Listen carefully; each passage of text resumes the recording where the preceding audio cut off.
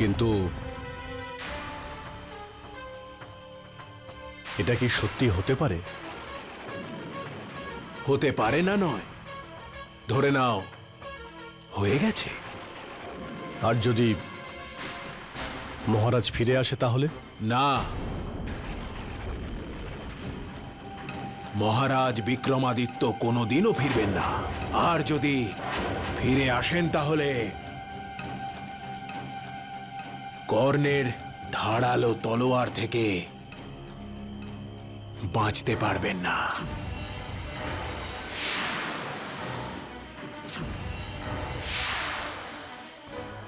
বিক্রমাদিত্য,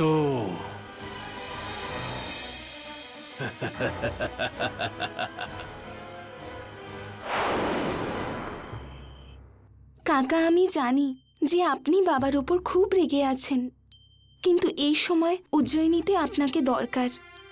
রাজপ্রাসাদের অবস্থা ভালো নয়। চিঠি পেয়েই আপনি দ্রুত এখানে চলে আসুন। রাজকুমারী মঞ্জুরি।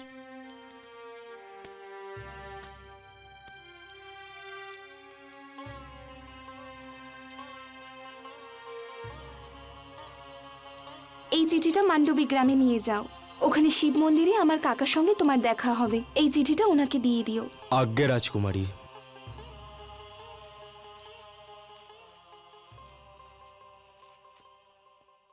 রাজকুমারী জয় হোক। হ্যাঁ বলো। রাজকুমারী, আপনার সঙ্গে কিছু গুরুত্বপূর্ণ কথা বলার আছে। আমি এইমাত্র কিছু শুনলাম।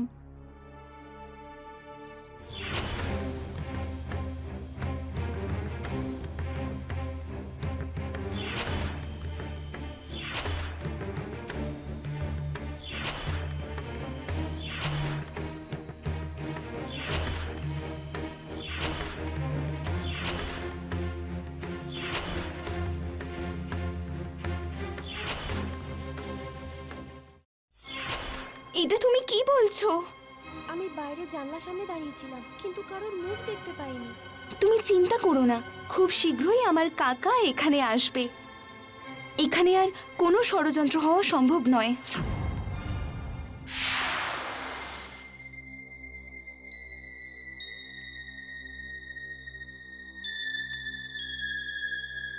তুমি এখানে কি করছো বিক্রমাদিত্য? তোমার কি উজ্জয়িনী নিয়ে কোনো চিন্তা নেই? তুমি এখানে কি করছো বিক্রমাদিত্য? তোমার কি উজ্জয়িনী নিয়ে কোনো চিন্তা নেই?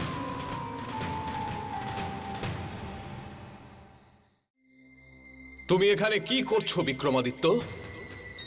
তোমার কি উজ্জয়িনী নিয়ে কোনো চিন্তা নেই?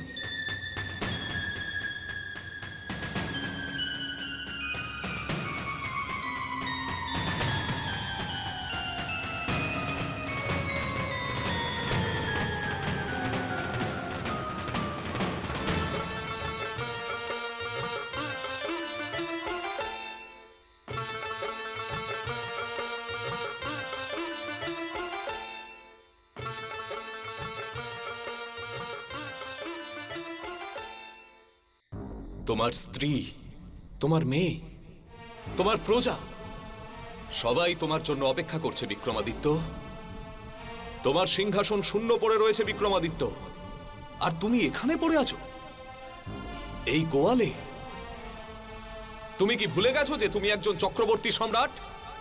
না, আমি কিছুই ভুলে যাইনি। আমার প্রত্যেকটা কথা মনে আছে। আমার বিজয় পতাকা চারিদিকে উড়ছে। কিন্তু কিন্তু আমি হরিয়ার কাছে ঋণী। ওর ঋণ শোধ না করে আমি এখান থেকে কি করে যেতে পারি?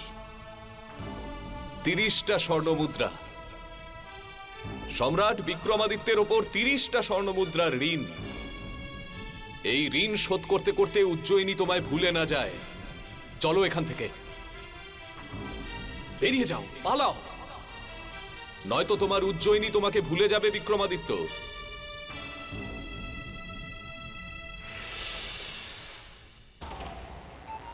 না, এটা কিছুতেই হতে পারে না।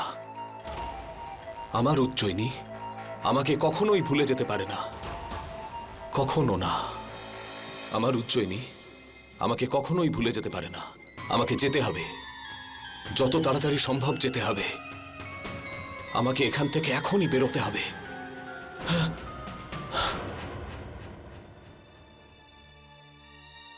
আমি আর এক মুহূর্ত এখানে থাকতে পারবো না।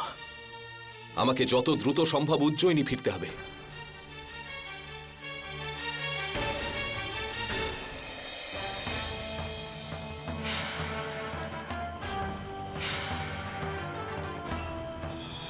সম্রাট বিক্রমাদিত্যের ওপর 30টা স্বর্ণমুদ্রার ঋণ। এই ঋণ শোধ করতে করতে উজ্জয়িনী তোমায় ভুলে না যায়।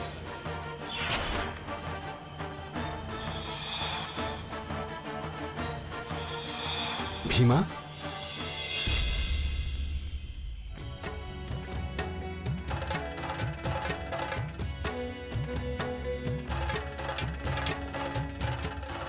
এই লোকটা এখানে কি করছে?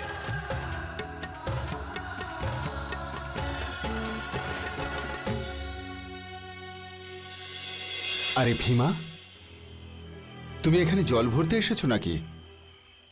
আরে হ্যাঁ, হরি কাকার স্ত্রী কিন্তু খুবই কঠিন স্বভাবের মহিলা। ওনার থেকে সাবধানে থেকো, না হলে কিন্তু নিঃশ্বাস নেওয়ার মূল্য উসুল করে নেবে ও। আমায় কি করতে হবে আর কি হবে না তা আমি ভালোই জানি। তোমার পরামর্শের কোনো দরকার নেই আমার। কখনো কখনো অন্যের পরামর্শ খুব কাজে আসে ভীমা। শুনেই দেখো না, হয়তো তোমার তাতে ভালোই হবে। তোমার এই শিক্ষা তোমার নিজের কাছেই রাখো। আমি আর কি পরামর্শ দেব? আমি মশক ভর্তি করা ভিস্তি, আর তুমি চক্রবর্তী সম্রাট। নিজের নাম তুমি এটাই বলো না? আমার দেরি হয়ে যাচ্ছে, আমার রাস্তা থেকে সরে যাও। কোথায় যাচ্ছ তুমি ভীমা?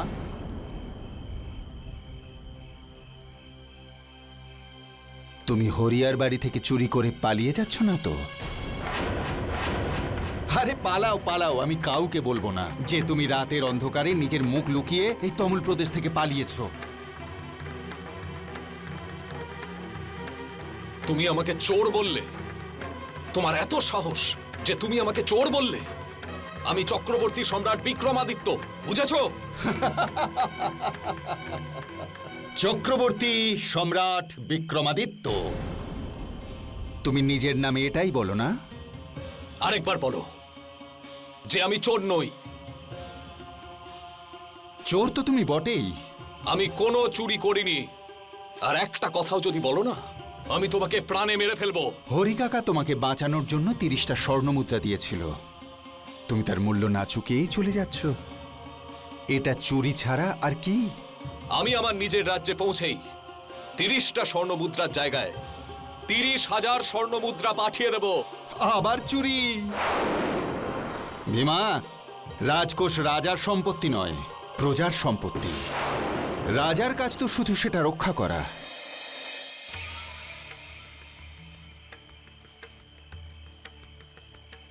ভীমা, তোমার উচিত নিজে পরিশ্রম করে সেই ঋণ শোধ করা। আমার রাজ্য, আমার প্রজা, আমি যাই করি না কেন তোমার কি? আমি তোমাকে আর একটা পাপ করা থেকে রক্ষা করার চেষ্টা করছি, বাকিটা তোমার ইচ্ছে। নিয়তি তো এটাই বলে যে তুমি পরিশ্রম করে নিজের ঋণ শোধ করো। এবার তোমার উপর নির্ভর করছে যে তুমি ধর্মের পথে এগোবে নাকি অহংকারের বশে অধর্মের পথে পা বাড়াবে।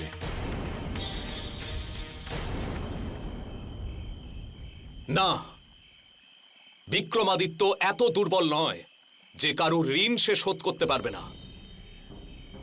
আমি আগে হরিয়ার ঋণ শোধ করব, আর তারপরেই ফিরব।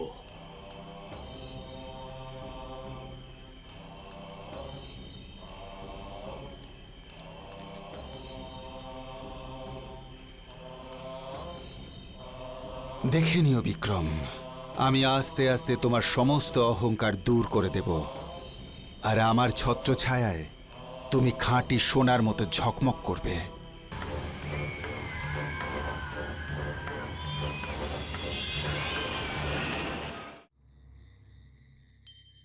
কিছুক্ষণের মধ্যেই শুক্লপক্ষের প্রথম শনিবার পড়ে যাবে আর আমি শনিদেবের আরাধনা শুরু করব।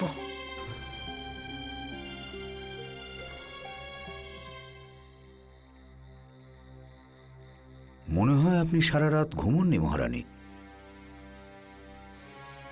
সেই স্ত্রী কিভাবে ঘুমোতে পারে বলুন, যার স্বামী এত কষ্টে আছে? শুক্লপক্ষের প্রথম শনিবারের অপেক্ষায় সারা রাত কেটে গেছে। যেভাবে আপনার রাত কেটে গেছে সেইভাবে আপনার সমস্ত কষ্ট দূর হয়ে যাবে। আপনি আমাকে আশীর্বাদ করুন মহর্ষি, যাতে আমি শনিদেবের আরাধনায় সফল হতে পারি। আপনার এই সংকল্প অবশ্যই পূর্ণ হবে।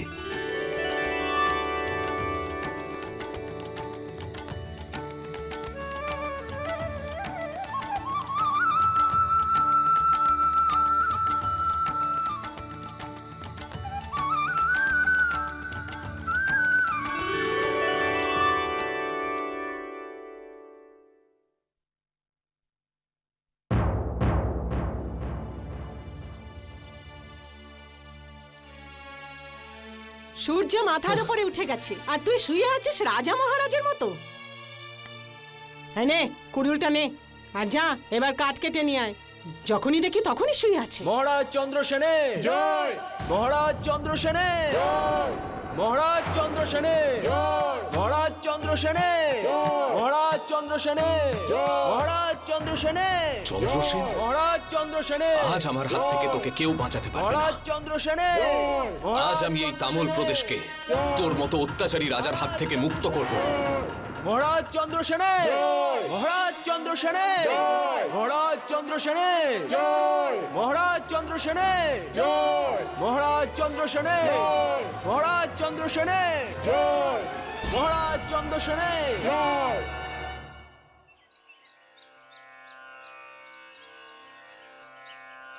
মহারানী, যখন মানুষের সাড়ে সাতি শুরু হয় তখন প্রথমে মানুষের বুদ্ধিভ্রষ্ট হয় আর সে ক্রোধের বশবর্তী হয়ে যায়।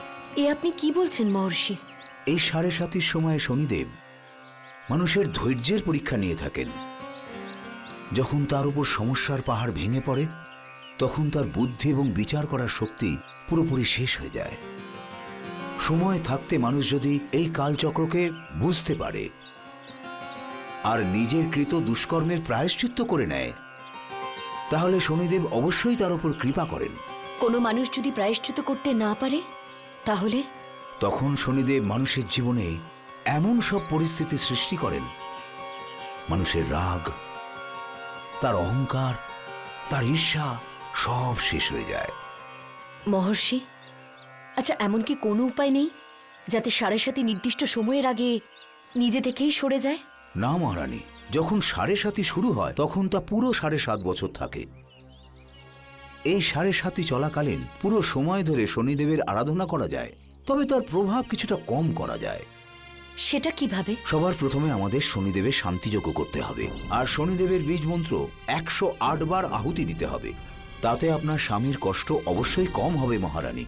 আজ তোকে মেরে আমি আমার সেই ভুলের প্রায়শ্চিত্ত করব যখন আমি তোকে জীবন দান করেছিলাম চন্দ্রসেন। মহারাজ চন্দ্রসেনে মহারাজ চন্দ্রসেনে মহারাজ চন্দ্রসেনে মহারাজ চন্দ্রসেনে মহারাজ চন্দ্রসেনে মহারাজ চন্দ্রসেনে মহারাজ চন্দ্রসেনে মহারাজ চন্দ্রসেনে মহারাজ চন্দ্রসেনে মহারাজ চন্দ্রসেনে মহারাজ চন্দ্রসেনে। আরে ওকে দেখো, মনে হচ্ছে আজকে ও মরবে। ওকে বলো মাথা নিচু করতে। আরে ভাই, মহারাজ চন্দ্রসেনে এটা কি করছো? মরতে চাও নাকি? মহারাজ চন্দ্রসেনে মাথা নিচু করে নাও। কেন? মহারাজ চন্দ্রসেনে আমি আমার মাথা নিচু করব না। আরে ভাই, যবে থেকে মহারাজ চন্দ্রসেন উজ্জয়িনীর সম্রাট বিক্রমাদিত্যের কাছে হেরে ফিরে এসেছেন, কোনো নাগরিক ওনার সামনে মাথা তোলে না। মহারাজ চন্দ্রসেনে আর কেউ যদি ভুল করে ওনার চোখে চোখ রাখে তাহলে তার গলা কেটে দেন। আজ আমি চন্দ্রসেনের গলা কাটবো। মহারাজ চন্দ্রসেনে মহারাজ চন্দ্রসেনে। ওম শং শনেশ্চরায় নমঃ। ওম শং শনেশ্চরায় নমঃ। शं शनैश्चराय नमः মহারাজ চন্দ্রসেনে মহারাজ চন্দ্রসেনে মহারাজ চন্দ্রসেনে মহারাজ চন্দ্রসেনে মহারাজ চন্দ্রসেনে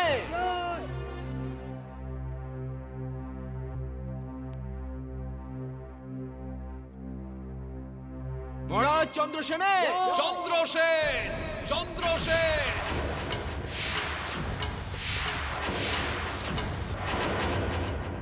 ॐ शं शनैश्चराय नमः ॐ शं शनैश्चराय नमः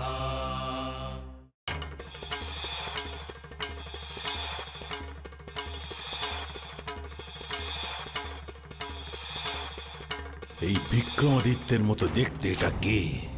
ॐ शं शनैश्चराय नमः ॐ शं शनैश्चराय नमः